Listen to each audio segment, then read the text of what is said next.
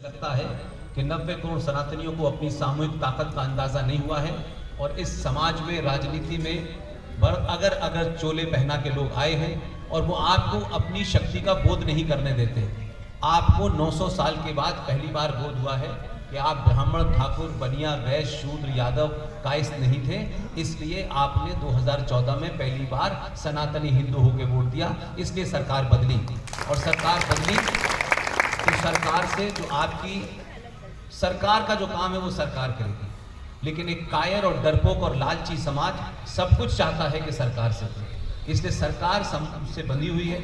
कहीं संविधान है, कहीं जुडिशरी है, कहीं पुलिस है, कहीं सेना है, ये सब किसी न किसी नियम से बंधे हुए हैं। इसलिए देश और राष्ट्र में जमीन आसमान का फर्क होता है। आपने सरकार देश चलाने के लिए चुनी है, राष्ट्र चलाने के लिए नहीं चुनी है। राष्ट्र परमानेंट होता है, सरकार आनी जानी होती है। इसलिए राष्ट्र अगर कोई चलाता है तो वो शंकराचार्य चलाता है। इसलिए राष्ट्र जो चलता है वो मेरी आस्थाओं से, परंपराओं से, सरोकारों से चलता है।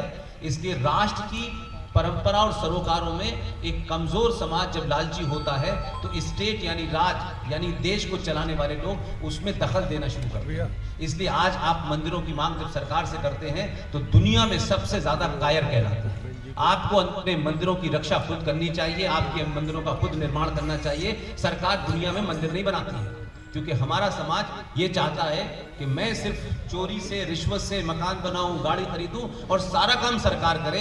दुनिया में मैंने ऐसा समाज नहीं देखा कि 90 करोड़ होने के बावजूद भी, मेजॉरिटी में होने के बावजूद भी आप जीएसटी भरते हैं, आप इनकम टैक्स भरते हैं, तब भी आप बहुमत में होने के बाद, बहुसंख्या में होने के बाद भी आप दुनिया में लाचारी के साथ सरकार से भीख मांगते हैं कि हमें समान नागरिक अधिकार चाहिए। इससे बड़ी कायरता नहीं हो सकती। इसलिए सामूहिक शक्ति का प्रदर्शन कीजिए। अपने बेटियों को वो बताइए जो किसी ने नहीं बताया है। अगर बेटी किसी गलतफहमी में ये समझती है कि तैमूर की अम्मी जो है वो खूबसूरती की पहचान है, तो ये गलतफहमी आपकी है, हमारी माओ की गलती है।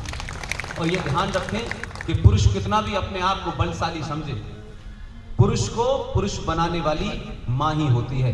इसलिए माँ को चाहिए कि वो किसी फ्रॉड बाबा के भजन सुनने से अच्छा है कि अपने बेटे को जीजाबाई की तरह ट्रेनिंग दे ताकि वो शिवाजी बन सके। बहुत बहुत धन्यवाद। Thank you.